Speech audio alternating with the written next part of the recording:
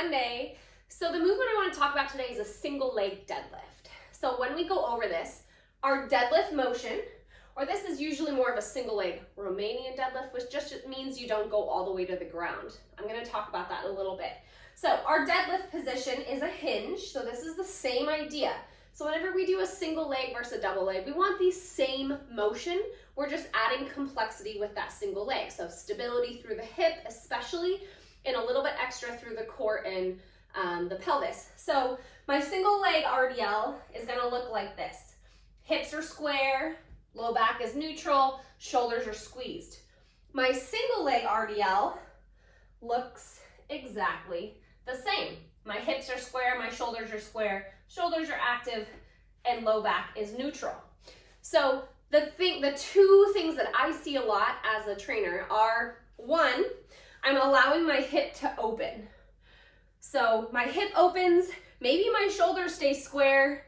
It's pretty hard to do, but that hip just opens and opens and opens. We're not going to get the correct engagement through that hamstring that we want.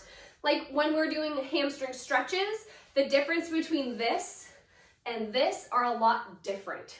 So my little trick is to kind of pigeon toe that foot, pull that hip forward, and try to keep that position throughout.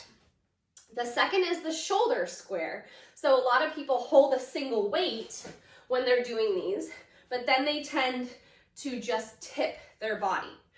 So we want to keep those shoulders squeezed. So even if you're holding a single weight, as I go down, my shoulders and my hips are both squared up. So a couple tricks that you can focus on is, one, that little pigeon toe. Two, you can start in what's called a kickstand. So instead of this leg lifted, if your balance isn't great, you're going to do that same single leg or same hinge, but my back toe stays down on a little kickstand just for support.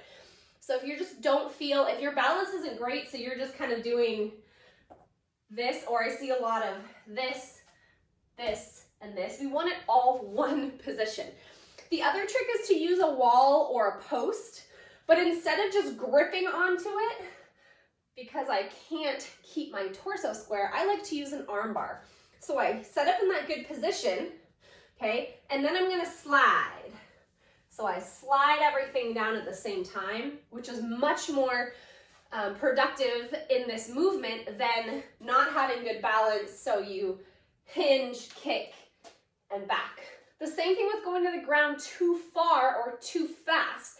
So if I'm unable to keep my torso long, keep my balance, control, and go to the ground, there's really no reason to do that, okay? We're not strengthening our hip the way we should be. So if you are able to go to the ground, you should be able to do that keeping your back long the entire time. Okay, so I'm not getting to a point, okay, this is as far as I can go, so I'm just gonna round forward and reach, or this is as far as I can go, I'll just round out that low back and bend the knee further.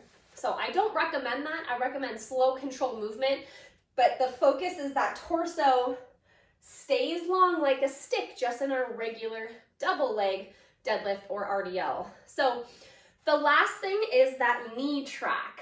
So I recommend spreading your feet out, keeping that big toe in the ground, making sure that toe's forward. So when I tip, my knee should track, more towards the pinky toe or middle toe, and really avoiding that collapse in. So give yourself a break, use the wall if you need to, use your kickstand so you can focus on all the motions that we want. We want to lengthen that hamstring, engage the glute, stay long through the torso, ribs down, and always trying to keep those shoulders back in their sockets so we're not reaching forward.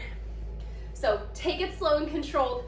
Try a few reps. If you're having trouble, identify what the issue is. Is it balance? Is it foot strength?